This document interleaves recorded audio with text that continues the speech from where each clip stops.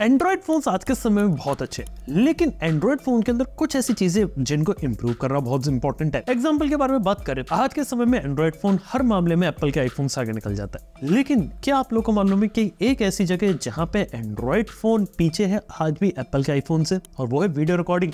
आज भी देखा जाए तो आईफोन जो है वो वीडियो रिकॉर्डिंग में काफी ज्यादा सुपीरियर है और बहुत ही हाई क्वालिटी के वीडियोस को रिकॉर्ड कर लेता है। और कई बार हमने देखा है कि वीडियो रिकॉर्डिंग के अंदर कई सारे ऐसे फीचर एप्पल पहले लेकर आए जो पहले इतने ज्यादा पॉपुलर नहीं थे एंड्रॉइड में, जैसे कि 4K HDR video recording, Dolby vision video recording का, या फिर 4K 120 FPS में स्लो मोशन वीडियो रिकॉर्डिंग जो हाल ही में एप्पल के आईफोन 16 प्रो में इंट्रोड्यूस हुआ है। एंड्रॉइड में बताऊं क्या, फोटोग्राफी के मामले में एंड्रॉइड बहुत ही अच्छे तरीके से आगे निकल रहा है। S24 अल्ट्रा कमाल की फोटो ले लेता है, वीवो ने भी बहुत कमाल दिखाया अपनी फोटोग्राफी के अंदर। लेकिन वीडियो रिकॉर्डिंग ऐसी चीज है जहां पे एप्पल तक बहुत ही कम कंपनी से जो पहुंच पाई है। मतलब वीडियो रिकॉर्डिंग में एप्पल के आईफोन तक जो कंपनी सबसे नजदीक पहुंच पाई है वो है सैमसंग, जो कि वीडियो रिकॉर्डिंग काफी अच्छे तरीके से कर लेता है। लेकिन अपार्ट फ्रॉम सैमसंग बहुत ही कम कंपनीज है जो यहाँ पे वीडियो रिकॉर्डिंग कैपेबिलिटीज को क्रैक कर पाई है। इवन प्रीमियम में Xiaomi, Oppo, Vivo, इनमें से कोई इसको टच नहीं कर पा रहा है, जहां पे बहुत ज्यादा इंप्रूवमेंट यहाँ पे करने की जरूरत है। और वीडियो रिकॉर्डिंग के साथ साथ जो एप्स के साथ जो कम्युनिकेशन होता है वो भी, जितनी भी एप्लीकेशंस होती है ना, वो कई बार एंड्रॉइड के अंदर आप अगर उसे यूज करेंगे तो डायरेक्टली ऐसा लगता है कि आप डायरेक्टली कैमरा का आउटपुट ले रहे हो, वो आपको रिजल्ट देखने को नहीं मिलता। देखो सिंपल सा रीजन है कि एंड्रॉइड फोन कंपनीज को ISP से लेके image tuning, image sensor, lenses हर जगह थोड़ा काम करना पड़ेगा, उसके बाद एक कंसिस्टेंट रिजल्ट ये लोग अचीव कर पाएंगे। इसके साथ अगली चीज आती है यहाँ पे अपडेट्स को लेके। हाल ही में स्नैपड्रैगन 8 एलीट प्रोसेसर आया, जिसके अंदर प्रॉमिस किया गया 8 इयर्स के अपडेट यहाँ पे पॉसिबल हो पाएंगे एंड्रॉइड फोन्स में। सैमसंग ने भी 7 साल के अपडेट यहाँ पे प्रॉमिस करे थे। देखो सिंपल सी चीज है कि अपडेट का लंबा प्रॉमिस हो रहा है, लेकिन ये हो रहा है फ्लैगशिप फोन्स में। मेरे हिसाब से मेजॉरिटी एंड्रॉइड फोन्स होते हैं वो फ्लैगशिप नहीं होते, और उनके अंदर लंबा सॉफ्टवेयर का अपडेट होना बहुत ज्यादा जरूरी है। और सॉफ्टवेयर अपडेट के साथ साथ क्वालिटी ऑफ अपडेट अच्छी हो, कंसिस्टेंसी ऑफ अपडेट्स भी इंपॉर्टेंट है। यानी कि अगर कंपनी 4 साल का अपडेट प्रॉमिस कर रही है तो ये मतलब नहीं होता कि 4 साल में से 4 बार अपडेट दिया, साल का है। आपको कंसिस्टेंटली अपडेट देना पड़ता है। और जब भी नया एंड्रॉइड वर्जन आता है ना, तो कंपनी हमेशा अपने फ्लैगशिप और प्रीमियम डिवाइसेस को यहाँ पे फोकस करती है। अगली चीज यहाँ पर ये कि एक कंपनी के लिए ना छोटी सी दिक्कत वाली बात तब भी हो जाती है जब यहाँ पे कंपनी ने 1 साल पुराना फ्लैगशिप फोन लॉन्च किया है ना, और उसे जल्दी अपडेट नहीं मिलता, तो वो भी दिक्कत है। कम से कम कुछ ऐसा शेड्यूल कंपनीज यहाँ पे क्रिएट कर सकती है जहाँ पे एक साथ अपडेट दे अपने सभी फ्लैगशिप फोन्स को, या फिर पिछले 1-2 साल में जितने भी फोन्स लॉन्च हुए सबको डे 1 पर अपडेट दे। आईफोन की ये बात मुझे बहुत अच्छी लगती है कि एक बार में सभी आईफोन्स को अपडेट यहाँ पे रोल आउट हो जाता है। एंड्रॉइड में भी कुछ ना कुछ इन्हें ऐसा करना चाहिए कि एक पॉइंट ऑफ टाइम पे इनको सभी फोन्स को अपडेट मिल रहा है। मैं बोलना चाहूंगा कि यहाँ पे मेरा मतलब कहने का ये नहीं है कि आप बगी अपडेट दे दो, स्टेबल अपडेट दो, वो बेहतरीन चीज होगी। और हाँ, लंबे समय तक अपडेट अब मिड रेंज फोन्स भी डिजर्व करते हैं, जहां पे सैमसंग 6 साल का अपडेट ला रही है तो बहुत अच्छी चीज है। लेकिन बाकी कंपनीज भी अगर लंबा और कंसिस्टेंट सॉफ्टवेयर एक्सपीरियंस प्रोवाइड करें तो और एक अच्छी चीज होगी। और यहाँ पे एंड्रॉइड फोन्स को यहाँ पे और काम करने की जरूरत है। अगली चीज होगी यहाँ पे यार रूटिंग और कस्टम रोम वाली चीज। देखो रूटिंग एंड कस्टम रोम एक ऐसी चीज है जो मार्केट से थोड़ा सा फेड आउट होती जा रही है, और कई सारी कंपनीज रूटिंग को अवॉइड कर रही है। वो तो पहले से करती थी, लेकिन अब तो बूट लोडर लॉक करके दे रही है, उसको अनलॉक करने के तरीके नहीं है। कस्टम रोम्स आपको देखने को नहीं मिल रही।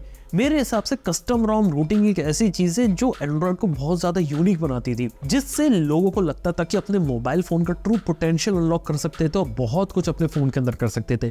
सैडली ये चीज थोड़ी सी कम हो रही है, और एंड्रॉइड में अगर इस चीज की अगर एक वापसी होती है तो मुझे बहुत अच्छा लगेगा। स्पेशली कस्टम रोम्स, क्योंकि बहुत अच्छी अच्छी कस्टम रोम्स हुआ करती थी, मजा आता था।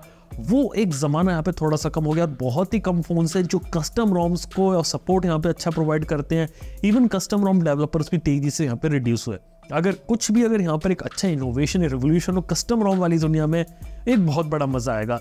सैडली यार पहले काफी अच्छा माहौल हुआ करता था, लेकिन धीरे धीरे क्रेज काफी तेजी से कम हुआ। अगली चीज जहाँ पे काम और किया जा सकता है वो हो सकता है ब्लोटवेयर को किल करना। यार ब्लोटवेयर से यार एंड्रॉइड फोन का एक ऐसी चीज बन के रहेगी कि आपको हमेशा ब्लोटवेयर देखने को मिलेंगे। और कोई भी कंपनी अगर मोबाइल फोन बना रही है तो ब्लोटवेयर भर भर के देती है, लेकिन अगर उन्हें रिड्यूस करके एक अच्छा प्रोडक्ट बनाया जाए तो बेटर चीज है। देखो थर्ड पार्टी फालतू की एप्स हटाई जा सकती है, और इवन कई सारी फर्स्ट पार्टी एप्स को भी रिड्यूस किया जा सकता है, जिस कारण से ब्लोटवेयर से क्लीन एक्सपीरियंस डिलीवर किया जा सकता है और लोगों को ये चीज पसंद आती है। कुछ कंपनीज यहाँ पे लिटरली ब्लोटवेयर ना देखे एक अच्छा काम करती है। नथिंग का एग्जांपल है, लावा का एग्जांपल कितना अच्छा। आप लावा अग्नि 3 को देखिए, इतना बढ़िया फोन उन्होंने डिजाइन किया है और उसमें ब्लोटवेयर्स भी नहीं देते। ब्लोटवेयर्स को अवॉइड करना एक काफी डेयरिंग मूव होता है और जो कंपनी आगे चल के ब्लोटवेयर्स को ज्यादा इग्नोर करे वो मार्केट में अपना ट्रस्ट गेन कर सकते हैं यहाँ पे।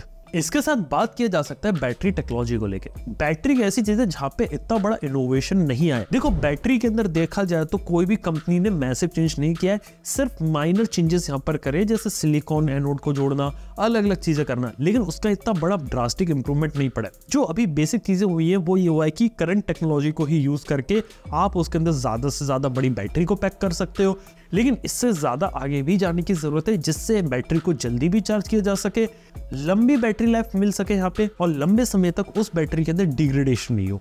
ये एक ऐसी चीज है जो आज भी यहाँ पे मोबाइल फोन्स के अंदर लैकिंग है, खास तौर पे एंड्रॉइड फोन्स, और उस जगह पे काम होने की जरूरत है। हाल ही में ओप्पो ने BYD के साथ डील साइन करी है। BYD बहुत बड़ी इलेक्ट्रिक कार मेकर है चाइना की। उन्होंने यहाँ पे बैटरी सेल टेक्नोलॉजी में बहुत काम किया है। हो सकता है कि इलेक्ट्रिक कार की कोई अगर बैटरी टेक्नोलॉजी अगर मोबाइल फोन्स में यहाँ पर आए तो यहाँ पे एक बड़ा इनोवेशन हम लोग एक्सपेक्ट कर सकते हैं, जो शायद आने वाले कुछ सालों में यहाँ पे हो भी सकता है। इसके साथ ही यूजर प्राइवेसी को भी यहाँ पे ध्यान देने की जरूरत है, जहाँ पे यूजर के डेटा को और ज्यादा अच्छे तरीके से प्रोटेक्ट किया जा सके। इसके साथ ही ऑब्वियसली इकोसिस्टम बनाना। एंड्रॉइड में इकोसिस्टम बन रहा है, आप अभी विंडोज के साथ उसे यहाँ पे पेयर कर सकते हैं, लेकिन फिर भी ये इकोसिस्टम उतना ज्यादा स्मूथ नहीं है, यहाँ पे और स्मूथनेस लेकर आई जा सकती है। इसके साथ ही एप्स की जो क्वालिटी रहती है वो एंड्रॉइड में काफी ज्यादा वेरिएट करती है, क्योंकि कई बार कुछ एप्स किसी पर्टिकुलर फोन्स में बहुत अच्छा चलता है लेकिन दूसरे फोन्स में बहुत बेकार परफॉर्म करती है। ये भी एक रीजन है जहाँ पे कंसिस्टेंट एंड्रॉइड के अंदर आपको अच्छा एक्सपीरियंस देखने को नहीं मिलता है। और इसी के साथ ही यहाँ पर मैं बात करना चाहूंगा अच्छे क्वालिटी ऑफ सर्विस का, यानी कि आफ्टर सेल सर्विस एक ऐसी चीज है जहाँ पे एंड्रॉइड फोन्स मेजरली लैक करते हैं, लेकिन आफ्टर सेल्स के अंदर आज भी यहाँ पे काफी ज्यादा काम कर सकती है। हर एक कंपनी है जो अपने सर्विस सेंटर और आफ्टर सेल्स के एक्सपीरियंस को बेटर कर सकती है,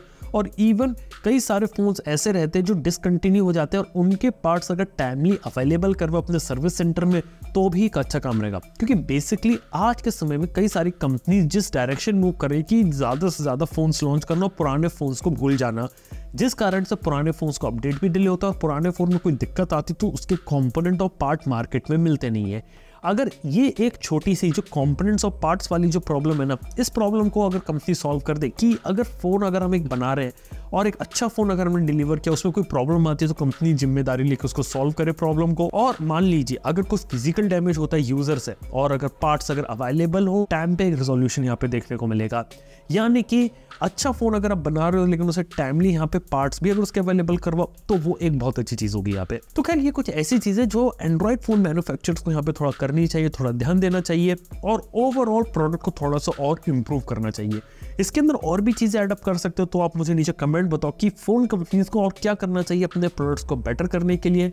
ये बात नीचे कमेंट कर सकते हो आप। थैंक यू वीडियो देखने के लिए। मैं आपसे मिलता हूं अपने अगली वीडियो के अंदर। Good bye.